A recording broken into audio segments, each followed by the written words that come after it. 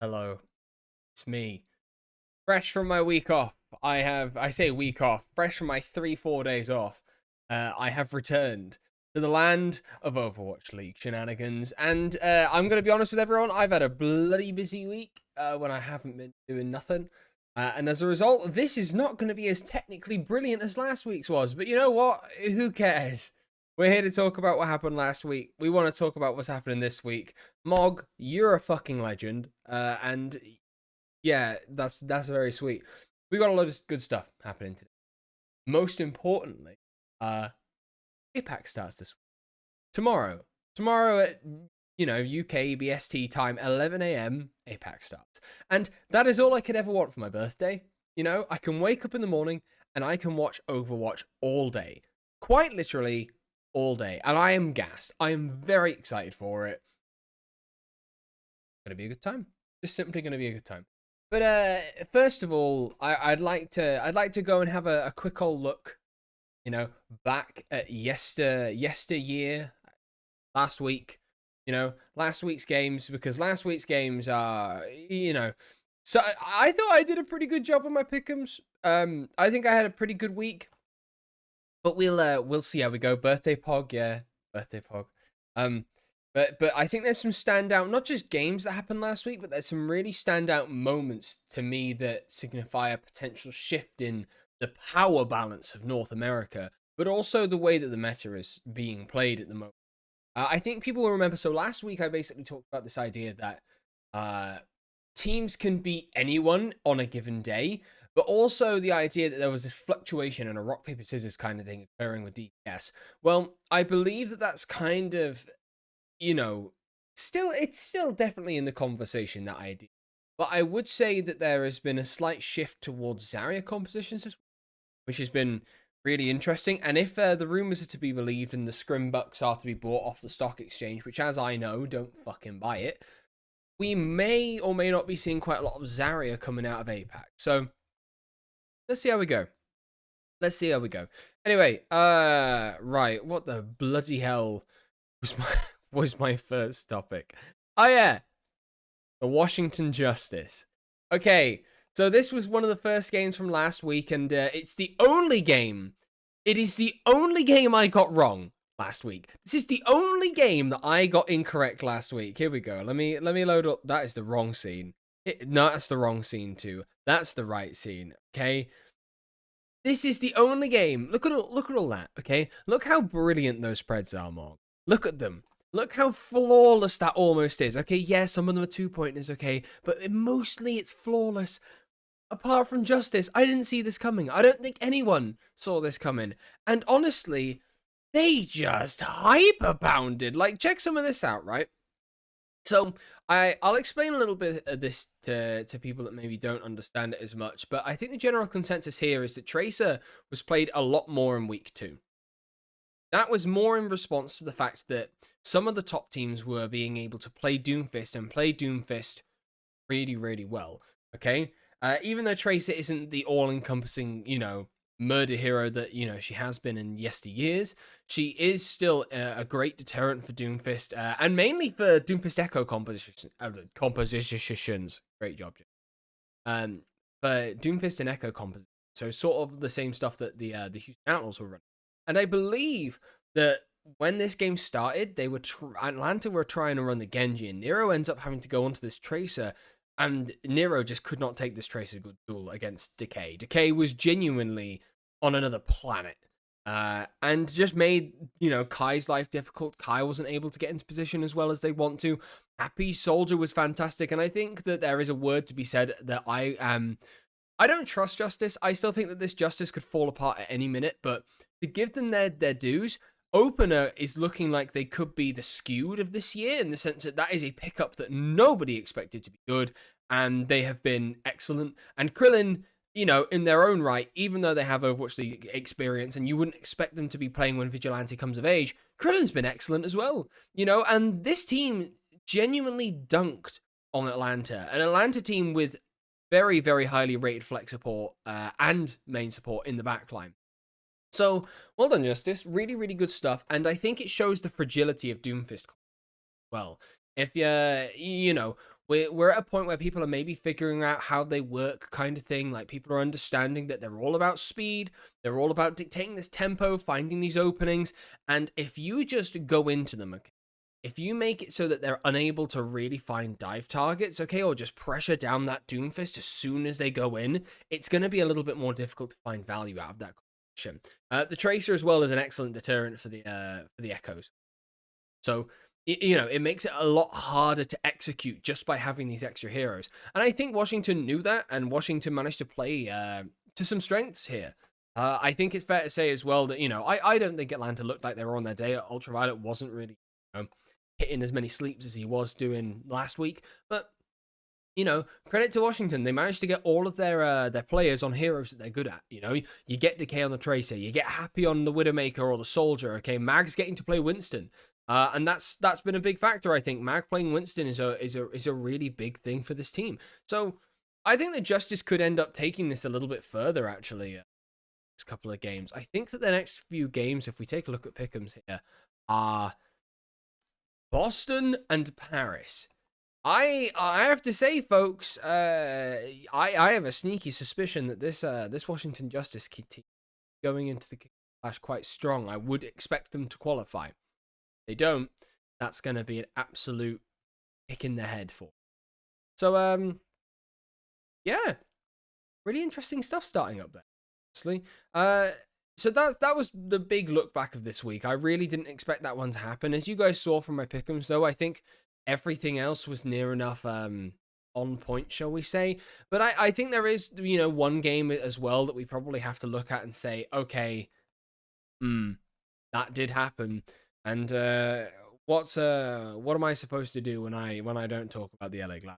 I think I really need to talk about them. I know this says Shock Gladiators, but I'll explain that in a second. So, Shock did have a cheeky old game this week against the Houston Outlaws, and I said last week that it was kind of a litmus test for them, for the San Francisco Shock, and they passed it with flying colors.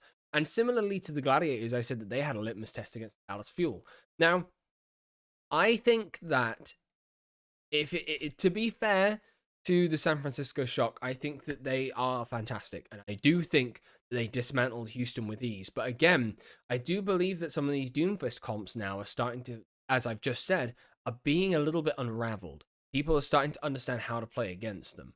So, Shock dismantling Houston when they, when they really could not opt into anything else other than potentially a Dario comp. We'll talk about that in a second.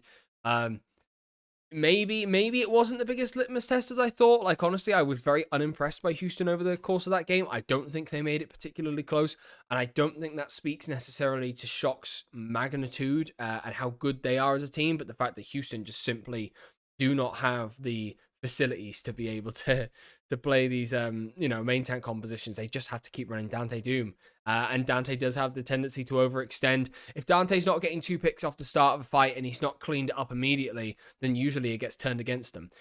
Similarly, in terms of these litmus tests, okay, and what you're seeing on screen right now, Dallas and Gladiators came out and they had an absolute banger of a match. Gladiators go 2-0 up, and then they absolutely drop the fucking spaghetti all over the floor. It was horrible. It was actually horrible to watch as well. I was absolutely over the moon in the first couple of maps, and I'm thinking, okay, cool, Eichenwald, we probably drop it. They did drop it. And then they should have won on Ilios, and they didn't. And they also should have won on New Queen Street, and they didn't. And it was absolutely horrifying to watch. Horrifying to watch. But I do think that, even though, in my personal opinion, that Gladiators were probably the best team in that series, I do think that Dallas had stepped up. I think Dallas found something that really worked in this Zarya Reaper comp, which really did benefit them. And it made life difficult for Glads, honestly. Like, honestly, this Gibraltar map was bloody close, man. It was genuinely incredibly close. And Skewed really, really pulled that brig out of the bag, as usual, as he does. Absolutely fantastic. It was a good game. It was a really, really good game. And I think that it's put both of these teams up in people's perspectives, because the way that these two teams were playing, the way that a lot of the players on both these teams were popping off, like the way that Kevster, Arns, and Shu and Rhino, and the way these guys were popping off, I think Funny Astro ended up in the kill feed with a 3K at one point. Okay, hell, you know, some of the stuff that Fearless was doing on this map as well was just ridiculous. Okay, Edison actually showing that he has an absolutely fantastic tracer, and he was underutilized on the Atlanta Rain. You know, this was a banger. This was a banger, and these two teams clearly have the ability to be at the top of NA, and I think that it's going to be very, very interesting. Now, moving to the point, it's going to be very, very interesting seeing Gladiators play Shock. Now, so basically the narrative that I'm trying to convey to you guys at this point is I think that this is Shock's true litmus test now, because of how unimpressed I was by Houston and how unimpressed I have been with them since they actually did manage to beat Dallas. Like, because honestly, what have Houston done since they beat Dallas? They had a 3-2 series with Toronto. That was okay. That wasn't too bad at all. They did actually manage to, well, they lost that series, didn't they? Or did Toronto lose that series? Who lost that series? My God, my memory is not good. When you've watched this many games, you forget. You genuinely just forget. Yeah, no, Toronto won that series 3-2. Like, that was a really exciting series, but again, And then this week, they obviously lose to Shock, and they could have lost to Florida. I have to say, the Florida Mayhem put up an absolutely astounding fight against the Outlaws, and really kind of shot themselves in the foot on that last push map. So it was unfortunate for Florida, very, very unfortunate. So again, Houston basically, since beating the Fuel, they haven't had easy games. I'll give them that. But with the caliber of teammates that they have now, with your Pelicans in that team, with Merit, who has been, I've been hyping Merit up. Merit has been fantastic, in my personal opinion. You know, Piggy, the backline is looking pretty good. Like, last round main support looks fantastic. Iris has really, really stepped up. And yet, this team, you know, isn't doing anything that I would call S tier. It's not doing anything, you know, like that makes it worthy to beat the Shock. And I don't think that they stand on that same leg as Gladiators or Fuel either. I really don't. So as a result, I don't think that they were as big of a litmus test for Shock as I originally thought. So that's why I'm sort of coming to this idea that this crunch match now between Glads and Shock is going to be quite a big one for both these teams. It's going to be quite big for Shock because Shock have been playing fantastic, but they have had a pretty easy schedule, bar Houston is maybe like a mid to top NA. But Shock have looked absolutely like on fire. But I'm going to be really interested about a couple of points with this game. One, I'm really interested to see how Kalush fares. So I'm interested to see how Kalush is going to fare against a team with top tier main tank. You know, obviously it's actually his former teammate, Reiner and Kalush, still playing off tank. So this is going to be really, really interesting to me. I think it's going to be really interesting to see these two DPS lines go at it because honestly, man, Proper and Kilo or Proper and Sam, whichever duo that you've had, have been absolutely gargantuan for this team. And seeing them go up against, you know, Kev, Arns, Panipan is going to be really interesting. Though the lack of Paddy this week was a little interesting for Gladiators, but I think mentally the kid's still growing into it, shall we say.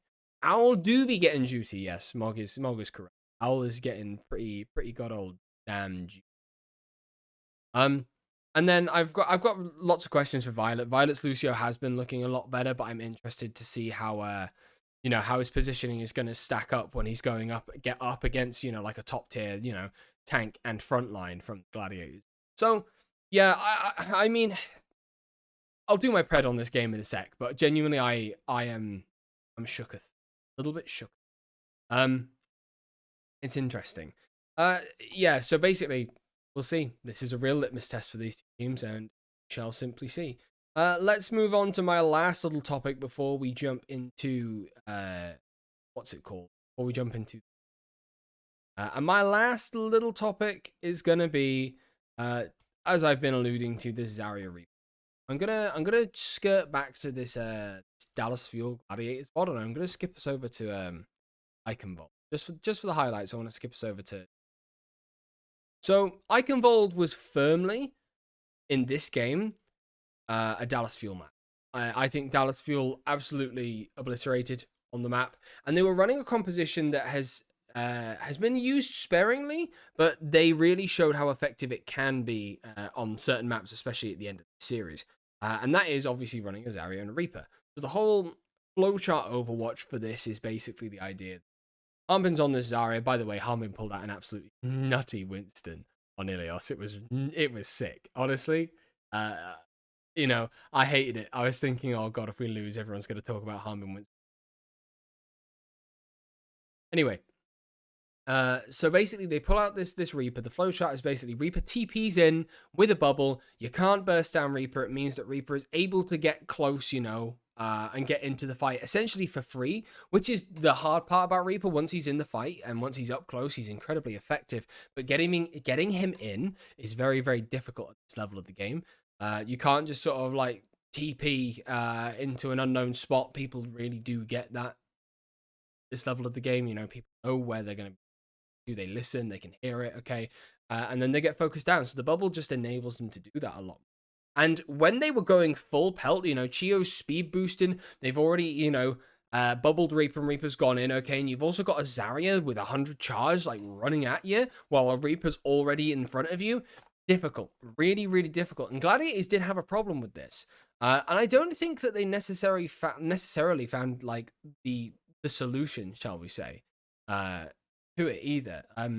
Which is why part of me doesn't really believe that there is necessarily like always a solution for every single component at you. Like Overwatch, in my opinion, now in Overwatch 2 is very much becoming a game of, okay, one team walks in, okay, and if they're having a good day, they're going to take you out. Like, again, for me, Houston Outlaws, I think they had a good day. They took out Fuel. Obviously, they had some tactics that were behind that as well, but they were the better team on the. You know, I think that in this game, for example, LA should have won this game, but Dallas towards the end of the map were the better team. You know, that is just how it go. Yeah, you go, Mog. Thanks for jumping in, though. You're an absolute legend. And Mog, 13 months, you're an absolute starlet. I appreciate you very much. Yeah. Strange, a bit nutty, but I think the composition works. So obviously, you know, from everything I've been watching this week, since we finished, talk about GG Recon, Yiska doing some interview, leave the interview with Harbin. I haven't watched it myself personally, but from everything that the folks at the top of this ladder are saying, they're talking about this idea that APAC are running Zarya Reaper. It's adopted from them. Now that's going to be incredibly interesting. I would be massively interested to see how those teams play it, and that's kind of where the next topic comes in. We need to do some pick'ems.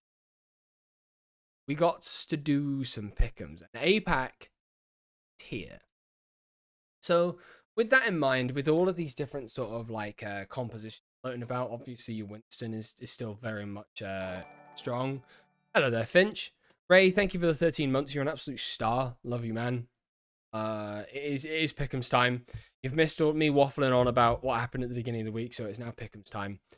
But what with all these different compositions going around, what with Zarya Reaper stuff, Winston 76 sort of stuff, while 76 is a mainstay at the moment. Probably it's going to be until the end of the kickoff clash. You know, your Doomfist comps. In my opinion, I think Doomfist comps are absolutely, you know, they're fine in certain places, but I do think people are figuring them out quite a bit. So we simply must see. But with all of these things floating about, you know, I think it's fair to say that there is a little inkling that you can basically make for the APAC predictions this time. Like, instead of going in blind, which you otherwise would have been doing, you know, on the first day back when, you know, APAC should have started. No, because they're starting 2 weeks late. We've seen a bit of the game. Obviously, the beta's been on. We've played the beta. Okay, we've seen what happened this week. Okay, we're hearing things through the grapevine. I think I can gauge an accurate idea of what might happen. So last week I did like a game of the week for a game show, like games of the week, and I did one for every day. Now going forward, we're going to do one game of the week for APAC and one game of the week for NA. And to be honest, my game of the week for APAC is this first one. Some people may say Spark Soul. Some people may say Hunter's Soul. Some people may say, you know, Dragons versus Spark, you know. But to me, it was always going to be this Philadelphia versus Shanghai grind. I'm very interested to see what Shanghai are going to be like. Obviously, you have a lot of your players on Shanghai on their best roles, so you are going to be seeing, you know, Boyd potentially on the Zarya, uh, Fleder on the what's it called, Fleder on the Reaper, if that's what they're actually going to be running. Um, Shanghai with Li Jae getting to just frag on Lucio, and Izayaki playing the Ana. God, it's going to be nuts. God, this team could be nuts. But I am interested to see how back and forth it is. Because the fact of the matter is that a lot of what Shanghai did so well was coordination. And if they're going to be playing along the lines of the Azaria reposition, that is very, in my opinion, I think it's a lot more brawly, especially if it's using in with this Zarya and the front line bubbled up going in Bill. It's less there's less finesse with it, shall we say, where when you're sending in Tracer and you're trying to get a good flank on someone and make sure that you're diving at the same time from different angles kind of thing. So I'm interested to see how this is going to work for Shanghai. I mean, I have no doubt in their ability, none whatsoever, but I do think that there's something to be said that if Fusion pop off with the players that they've got, I think that they really could put up quite a big fight here. So obviously, the Belos Ray, I think, is a really good pickup for this team. And I think that if they choose to lean into dive, I think that's excellent. But I'm interested to see them run these Zarya comps as well. I think that, they could and probably would put, Fury on Zarya and then just run MN3 and Zest. Put Zest in on the Tracer or put Zest in on the Echo kind of thing. Or hell, run Carpe and MN3 and put MN3 on the Tracer and then run Carpe Soldier kind of thing. Genuinely, I am very, very excited about this game. I think if I'm being safe, I would go for a Dragons win. But I don't think it's going to be clean. I just don't buy this narrative that Fusion are going to lay down and take it. I do not buy this narrative that Fusion are not fantastic in APAC, or they're not going to be. I do think that Fusion are gonna be all right this year. So I'm gonna go for and this may be a bit of disservice to the champions of the Overwatch League, but I am going to go for a little bit of a banger here, and I'm gonna give a couple of maps to Fusion. This is obviously predicted mainly off what I would like to see that one, but I mean I could see it happening. Unfortunately, I don't see a Fusion win though. I don't think Fusion. If they do, wow, the league's got some.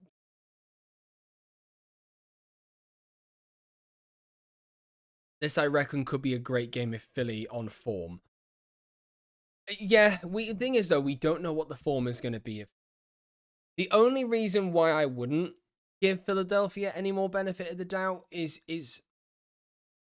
or even be tempted to put them on the win is because I just don't know what Fixer and Aim God are going to do. Like, if Krillin's anything to go by, right? Krillin came into NA, came in quite underrated, and has ended up performing relatively well in comparison to what we thought. And same with Opener. I think the Phillies backline could be similar, but we don't know that information yet. And because I don't have that information yet, even though I have an idea of what their compositions may be like, I have to believe in Izayaki and Li Jae because of how unbelievable they are on the Ana and on the Lucio. Like I have to give by virtue of that. Especially if we end up on Li Shang Tower, my god. That's what I'm worried about. It's understandable that you pick Dragons. It's an outstanding roster. It is. It really, really is. Moving on to this game, Charge versus Valiant. So this could go either way, but I genuinely think that Guangzhou now running Farway as well. I think they'll do Molly. I think they'll do Molly and Unique, but they could run Farway. They could, honestly. How much hope do I have for this idea of develop Eileen? I mean, hell, if they want to run into these Doomfists, Eileen could go on Doomfist. I mean, that would be pretty cool. With maybe I don't know. I don't actually know who would play Zarya for this team. Would be. Yeah, I'll be honest. I don't know. Not really. I think there's a high possibility that Charge could frag. And I don't think that Valiant are going to be bad this season either. But then I just said that about Vancouver a couple of weeks ago, and look what I look like. I look like a fucking, I think No Hill will make Valiant a good team, but I need to see it first. So my gut is saying go with Guangzhou for the time being, but I need to see Valiant be good. But I could buy into the idea that Valiant will win this game, so I am going to go for another banger. I'm going to say this is another Giga banger, and it's another 3-2. I want to see APAC be absolutely nutty this week. Genuinely, I think this could be another. Speaking of Giga bangers, what about Spark versus Soul? Okay, so first of all, there is a temptation to go for the Hangzhou Spark here. Spark's roster looks radical. It genuinely looks radical. Alpha Yi and Shy is radical. You know? It really, really is. I mean, God, Shy Echo. Shy is just nuts. You know what? I'm going to do it again. I'm going to predict another Giga banger. This time, I think I might go in favor of Soul. Now, the only thing that could have me change this is the fact that Soul only have one tank. But that tank is Smurf. And I look, I could expect some of the APAC teams will be playing this Zarya, but I don't want to lean so much into the Scrimbucks that all of them are. I have a feeling that much like we've seen with a lot of the Western teams, I think that you're going to see teams leaning into their strengths. You know, much like what Washington have done, like what Houston have done, to whatever degree of success you believe that is. And I think you're going to see something similar with Soul. I think they're going to try and run these Winston competitions. And I think that because Smurf is just so good on that hero, I genuinely just think he's going to outclass. They're like, imagine if, oh my God, Gushue versus Smurf, man, on a Winston battle. Fuck me. God, tomorrow is going to be sick. Oh my God, tomorrow is actually going to be sick. Oh my God. Oh Lord, I am so gassed. Yeah, I'm gonna. I think I'm gonna go for Soul. I think I'm gonna do it. I do think that Fitz and Profit are gonna be nuts, but I could see an update. An update? Sorry, I could see an upset. I could genuinely see a little smidgen of an upset with Hangzhou taking it, but we're gonna go with that for now. Okay, let's talk Chengdu a little bit here. I haven't mentioned Chengdu once yet. Obviously, Chengdu did manage to keep Leave. They had to let go, though, of a lot of players. So they let go of, I believe, Eveltal, Farway, who is now on charge, and they let go of Aprita, and are upset that they let go of Aprita. I liken this Chengdu team a little bit to Dallas last year when they didn't have the DPS to be able to cover absolutely. Same with the fact that I believe that they've got another tank on the team. I can't even remember the name of the tank. Vulcan? Or is that New York? Anyway, they have another tank on the team. Also, hello there, Jay. How are you? Yeah. So look. I think that people are still sleeping a little bit on Chengdu. Right, okay. Chengdu were great last year. They have all of those same pieces, and I would agree that everyone has raised the bar around them. But that doesn't make Chengdu a bad team. Especially when Leave is still on that roster, still able to potentially play this Echo, still may be able to play this Tracer, okay? Like, they could do bits. Like, genuinely, they could do bits. And I think against Guangzhou, you can't really say that they're not going to do bits. I buy into Custer's idea. Charge aren't going to be that bad this season. I could certainly see the Guangzhou Charge being a lot more proficient this year than this season. However, do I see them proficient enough to be able to take down Hunters? No, not yet. Not until I see something else. Also, thank you, Jay. No worries. You go chill. Yeah, we'll see how we go. I don't think Hunters are on the same tier as a lot of the other top teams in APAC anymore, just because of who they have to run. But then, again, I've just sat there and said that people play at their strengths. Some pretty powerful pieces on the. All right, Shanghai versus Spark. Again, I mean, at the end of the day, you want to just automatically Shanghai here. Yeah, you go, Ray. Thank you guys for just jumping in, even if it's. I appreciate it. Yeah, look, listen. Everything tells you just go for Shanghai here. And unlike Seoul, where I was like, maybe not, I think I will give this to Shanghai. Convincingly, and I do think that I do think Shanghai is still the best. And I think they'll make whatever they're running, I think they're gonna make it work. God, you just don't know which Hangzhou is going to turn up. You don't know whether it's going to be shit the bed Hangzhou or whether it's going to be, oh my god, Changun on crack Hangzhou. All right, Seoul versus Valiant. This in yesteryear would have been an easy 3-0. I still think it's an easy 3-0. Not to disrespect Valiant and how Valiant are looking like they might be better, but Seoul Dynasty look fantastic on paper, and I'm buying into the Seoul stock.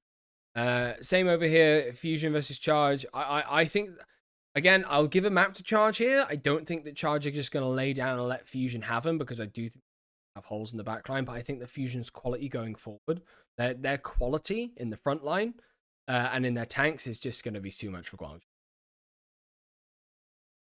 God, that's a crunch match. Fuck me. Chengdu versus Seoul. Chengdu versus Seoul, man. Wow.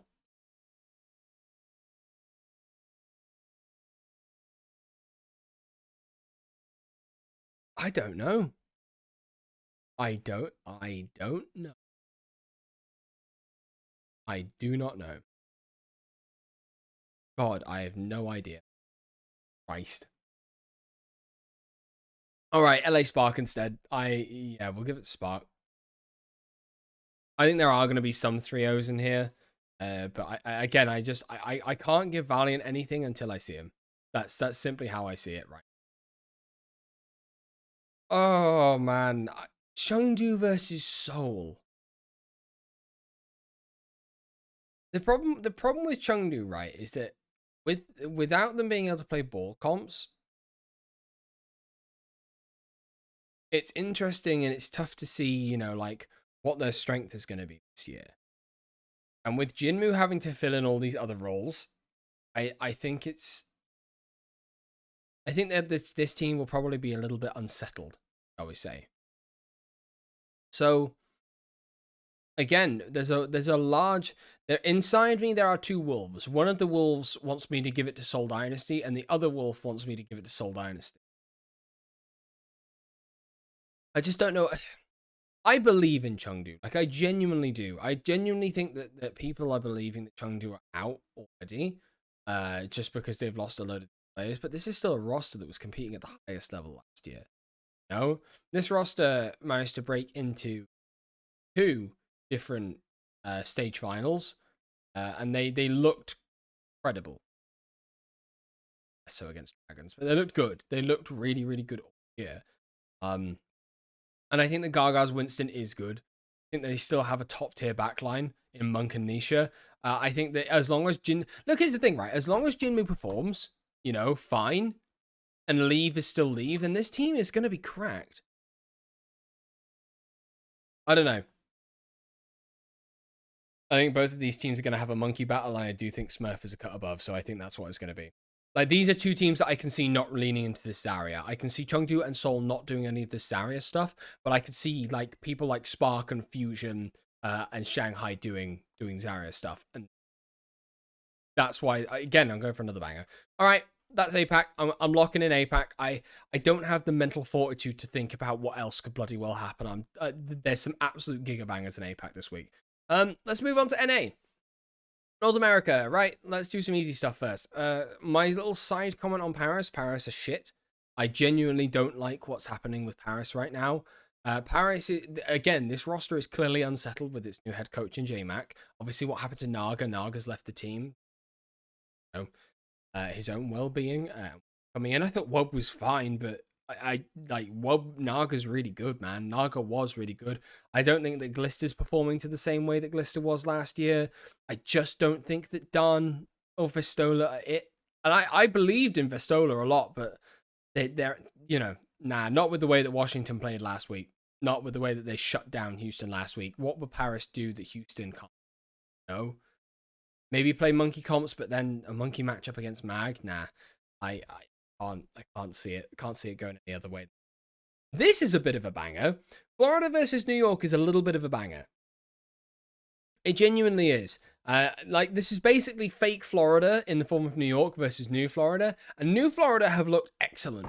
Like, they really, really have looked excellent. I've been so impressed with the backline on New Florida. I think that at the end of the day, Samajed is a cut above Myeongbong on Anna. Like I don't think the Myeongbong's Anna like has lived up at all.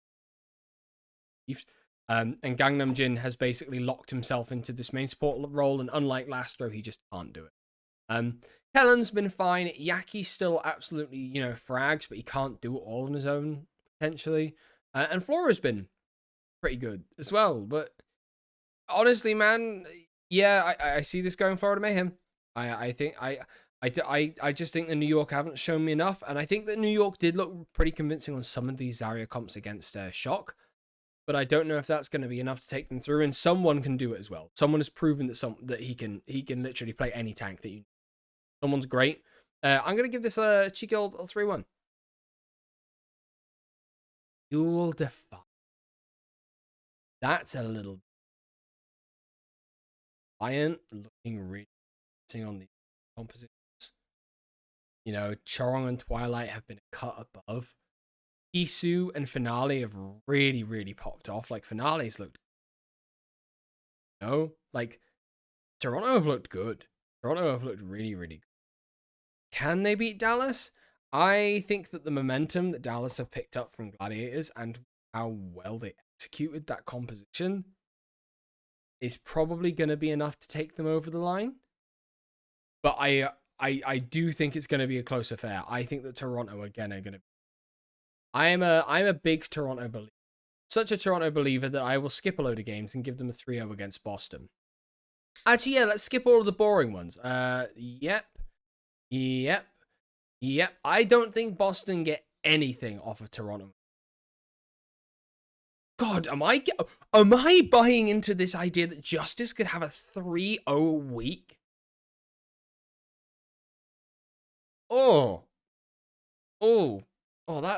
I don't know. Should I?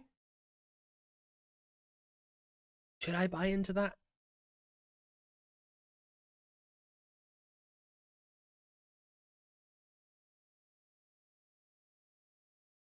Talk about it in a minute. Anyway, let me explain these other ones. Toronto versus Boston. I genuinely think that Boston haven't convinced me. They have not convinced me at all. Atlanta versus Vancouver. Listen, I sold all my Vancouver stock. What do you expect me to do? Paris. I've just explained why I'm not a big fan of Paris, and I do think Dallas will. And again, this game here is perplexing me a little bit because I would trust Justice to floor the Paris Eternal more than I would, because I'm that low on Paris at this current. Actually, am I that low on Paris?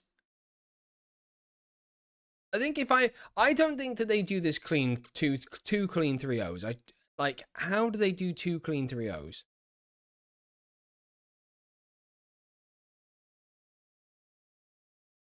Yeah, you know what? Maybe they do.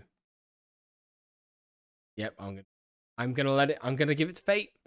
I might change this one depending on how they play against Paris, but okay, fine. These two teams haven't looked good. Give them 2 3-0s. Okay, Outlaws versus Spitfire. All right, now listen, I do think the Outlaws are going to win this game. I think that Pelican is simply just ridiculous. I think that Pelican and Merit have looked ridiculous. London looked fine. London looked good against Boston and Vancouver. Let's remember that it is Boston and Vancouver. Okay? That's the thing, right?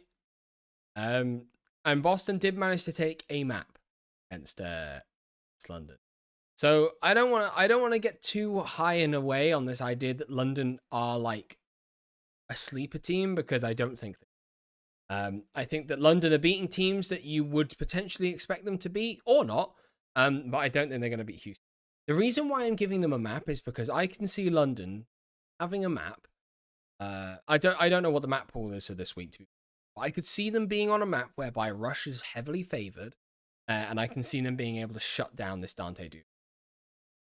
Just on one map, potentially. And then the last one is this one. Okay. Last week, I said Gladiators lose Dallas. I was right. I did not like being right. I hated being right, but I was right. And at the very least, I had a consolation prize for them losing. I had 6 points. But I won't bet against them again. Because, look, I genuinely think that Shock and Proper and Finn and Kilo are the real fucking... They genuinely are the real fucking... Like, this team looks great, but I'm convinced by the way that we played against Fuel that Gladiators can go up a gear again. I genuinely believe that Gladiators can go up a gear. I think the Gladiators in the game against Fuel were still a little bit scrappy and uncoordinated and winning fights based on talent and instead of winning winning fights based on a lot of teamwork potential. No, I genuinely do believe that Gladiators could go up a gear. And Gladiators in their last 3 meetings with Shock have come out with 2 wins. 2 crucial wins. I think I think this is going to be another banger. I think that Shock are going to turn up. I think that Shock are going to perform. But I've got my eye on LA, and I think that's that. Anyway, that was nearly an hour, that stream. I'm aware that I didn't really say anything massively analytical in this one. I've kind of just rambled for about 45 minutes, and that's fine. To be honest, everyone, that's fine. Hello, folks.